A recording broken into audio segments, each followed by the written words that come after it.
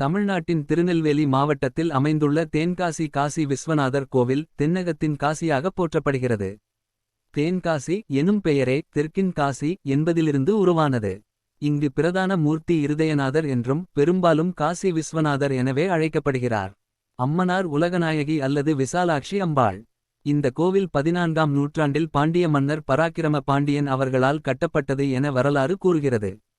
வடகாசியில் உள்ள விஸ்வநாதர் கோயிலுக்குச் செல்ல முடியாத பக்தர்களுக்காக இதேபோல ஒரு கோவில் தென்னகத்தில் அமைக்க வேண்டும் என்ற எண்ணத்திலிருந்தே தேன்காசி நகரமும் கோவிலும் உருவானது. கோவிலின் ராஜகோபுரம் மிக பிரமாண்டமானது. இது 9 அடி உயரமும் கலை நயமிக்க சிற்பங்களும் கொண்டது. அந்த கோபுரம் மதுரை மீனாட்சி சுந்தரேஸ்வரர் கோபுரத்தைப் போன்று வடிவமைக்கப்பட்டதாக கூறப்படுகிறது. இங்கு உள்ள விஸ்வநாதர் சுவாமி பக்தர்களின் அனைத்து துன்பங்களையும் நீக்கி அருள்பாலிப்பார். கோவிலின் திசை அமைப்பு வடகாசி கோயிலைப் போலவே இருக்கிறது. கோவில் வளாகத்தில் அமைந்துள்ள தேவநதி காசி தேர் தண்ணீர் புனித நீராக கருதப்படுகிறது. ஒவ்வொரு ஆண்டும் நடைபெறும் ஆனி திருமூல வைபவம் மற்றும் மகா சிவராத்திரி திருவிழா மிகவும் சிறப்பாக கொண்டாடப்படுகின்றன.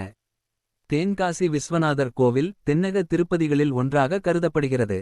இதில் காணப்படும் சிற்பக்கலை இசை மற்றும் கோவில் கட்டுமானம் பாண்டியர் காலத்தின் கலைநயத்தை காட்டுகிறது. இதனால் தான் தேன்காசி தெற்காசி என்று அழைக்கப்படுகிறது.